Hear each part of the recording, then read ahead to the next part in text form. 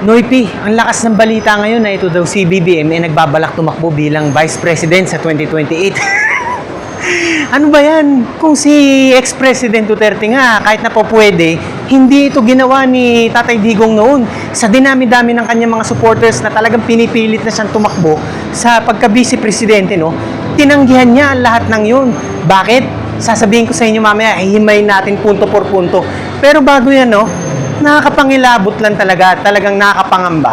Itong nabalitaan kong ito nga sa intention nga daw na ganyan, no? Yung sa pagbabalak nga daw ni BBM, sa pagkokonsidera niya na, yan nga, tumakbo sa 2028 bilang VP. Grabe lang, no? Imagine niyo bigyan natin ng mga ilang mga batas para sa mga bangag na loyalista dyan na ignorante sa batas. Under our Constitution, no, sa saligang batas, no, dyan sa Article 7, Section 4 na lang. Sinasabi dyan, no, na yan nga, hanggang 6 years lang ang term ng isang Pangulo. There's no re-election na pwede. Kaya talagang pagka natapos ang termino, 6 years, yun na yun, hindi ka na pwedeng tumakbo ulit. Pero, kapag si BBM kumandidato at nanalo bilang Vice President, no, papasok dyan yung isang batas under our Constitution, no? Yung Article 7, Section 8, no? Ayan ay patungkol doon sa succession, no? Kumbaga, kapag may nangyari sa presidente, pagpalagay natin kung sino man ang papalit na pangulo, no? Tapos si BBM, ipagpalagay natin na siya ang Vice President sa pagkakataong yun. Ang presidente, halimbawa, may nangyari, kesyo namatay, no? O na-impeach. Yan ay sa mga pahintulot na pinapayagan ng ating Constitution under dyan sa Article 7, Section 8, no? Magsasucceed nun ang Vice President, which is si BBM kung sakaling siya nga ang nakaupong VP sa panahong yun. So, ito ay matatawag ng karamihan na isang legal loophole, no? Loophole, meaning parang ito ay legal, no? Hindi ito bawal under our Constitution. Kaya pwede pa rin maibalik sa kapangyarihan itong si BBM kung sakasakali. At siya na naman ang magiging presidente, no? Ang maghahari sa bansang Pilipinas. Grabe, no? Iba pa dyan yung sa isang batas din Dagdagan pa natin para medyo sumakit ang ulo ng mga bangag na loyalistang to. Under our Constitution, no? Article 7, Section 11 naman. Yan, if I'm not mistaken. Sinasabi dyan na, ayan nga, no? Pwedeng mag-resign din ang isang pangulo, no? Kapag yan nga, meron na siyang mga sapat na dahilan, kumbaga pagka health reasons, no, pag maluba ang kanyang karamdaman, pagka ang kanyang gabinete hindi na talaga sang-ayon sa kanya, no?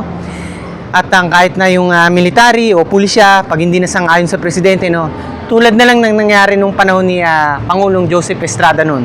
Talagang nung panahon na yon, kita nyo, kaya siya nag-resign nun dahil nga ganyan, yun yung mga grounds niya. Kaya pwede rin mangyari ang kung sakasakali, kung si BBM ang VP, tapos may presidente, hindi natin alam kung mamaya malapit din sa kanya ang presidente, tapos hindi natin alam kung may pwedeng pag-uusap na mangyari, hindi natin alam. Sinasabi ko lang mga possibilities, no, o scenarios. Pero kung sakaling ganun, pwede rin siyang mabalik ulit sa trono ng kapangyarihan sa pagka-presidente. Kaya loophole nga mga Kanoypi, no? Kaya talagang kung may iwasan hanggat maaari, talagang ako po, talagang isa tong pangamba para sa akin, no, bilang isang mamamayang Pilipino. Talagang hindi ito po pwede mangyari, no? Dahil nga ayaw natin na ang isang president na nag-serve na ng 6 years, no, ng kanyang full term, mauulit-ulit. Kaya nga ginawang batas yan under our Constitution dahil talagang marami nang nagtipon-tipon dyan, no, mambabatas na talagang nagsang-ayon sila na bawal yun, na talagang kailangan 6 years is 6 years lang. Di ba? Kaya yan lang, no, napakarami ng katulong-bisa na nangyayari ngayon sa bangag na administrasyon, no, sa ating bansa. Pero kita nyo, yan pa mga kind ng balita na ating maririnig. Kita nyo, isa na lang ito yung pagmamalaki daw nitong si Gibo, parang ganun, no, somehow. Yun nga daw, 4 na fighter jets natin, no. Parang umuusbong na raw ang ating sandatahang lakas yan. Ang ating Air Force, no, o military in totality. Saka na sana kayong magyabang Gibo at ng administrasyong ito kapag meron na tayong mahigit 100 man lang na fighter jets.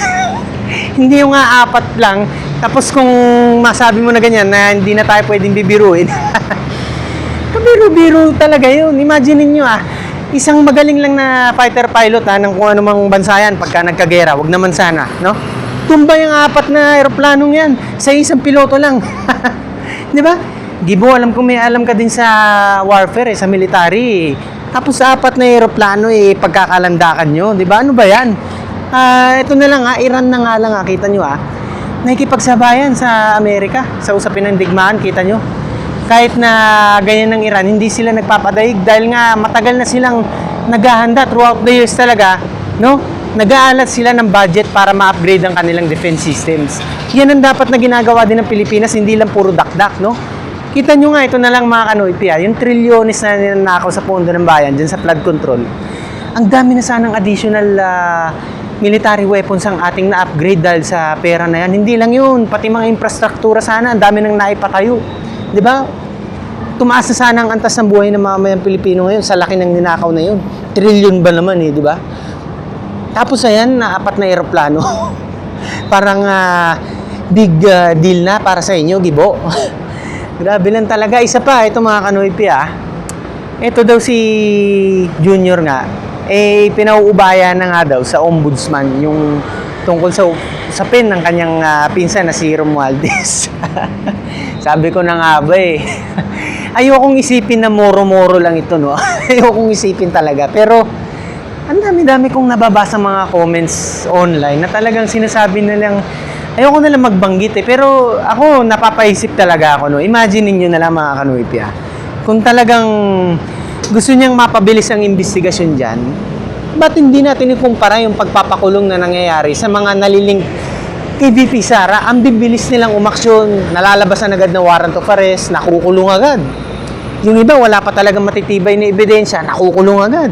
Diba? Yung iba, araw lang ang hinihintay, may warrant na agad. Basta, ang requirement, kalaban ng gobyerno. Kapag ka-oposisyon, matik yan, didikdikin. Di ba mga kanoypi, kailangan nyo pa bang maging matalino para makita yan? Obvious naman, di ba? Tapos yun ang sasabihin ni Junior na parang magkakaroon ng ganyan na hustisya, no?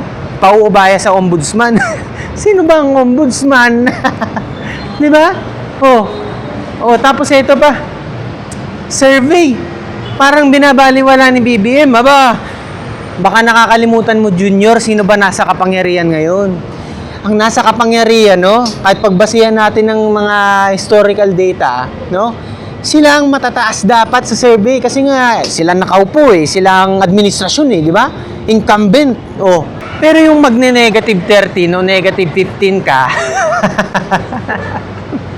Ano ibig sabihin nun? Meron bang politiko dyan na kaya magbayad ng malalaking mga independent survey companies? Si VP Sara, may kakayanan ba magbayad nun? Ano bang trabaho ni VP Sara? Tinanggalan nga ng pondo ang Office of the Vice President Ano bang pagkukunan ni VP Sara kung siya ang pinagbibintangan ng mga loyalistang bangag na ito, di ba? Wala lang talagang ka-logic. Ang lalabo ng argumento Kaya BBM, kung talagang yan ang paniniwala mo na ayaw mong maniwala sa surveys, ano pa bang paniniwalaan mo pala? Gusto mong magbuo ng sarili mong independent surveyors, na talagang magsasurvey ng mga kung ano nangyayari sa ating bansa, kung sinong pinaniniwalaan nila? Kung ikaw ba o ang Vice Presidente? Sige, try mo. Let's try, BBM. Para nang maniwala ka lang talaga. Ang hirap kasi sa'yo, Junior no? Hindi ko alam ano pa bang kailangan mong marinig o mangyari para lang maniwala ka sa sentimiento ng mga ordinaryong mamamayang Pilipino. Hindi lang sa mga mayayaman, hindi lang sa mga oligarko na alam ko mga kaibigan mo din, di ba? Pero, yung mga day-to-day living Filipinos dyan sa tabi-tabi na talagang nagbebenta ng yosi, mga takatak boys, mga nagbebenta ng mineral sa initan ng araw, mga nagko-construction workers, nagtatrabaho umaga hanggang gabi para lang sa minimum wage, may pakain sa kanilang pamilya na hindi na mapagkasaka sa taas ng bilihin. BBM, subukan mo naman bumaba, no, sa laylayan. o sa ordinaryong mga mamamayang Pilipino. Yan ang masasabi ko, BBM. Sana lang may consider mo yan sa natitirang termino mo pa. No? So yan lang mga Kanoypi. Huwag tayong susuko sa ating pangarap para sa Pilipinas na makasabay din sa Singapore one day. Basta lagi kayong maging makabayan. No? Yan ang ating susi para tayo umangat. So hanggang sa muli, ang inyong pinakasiga sa mga siga, Tigasing Noypi.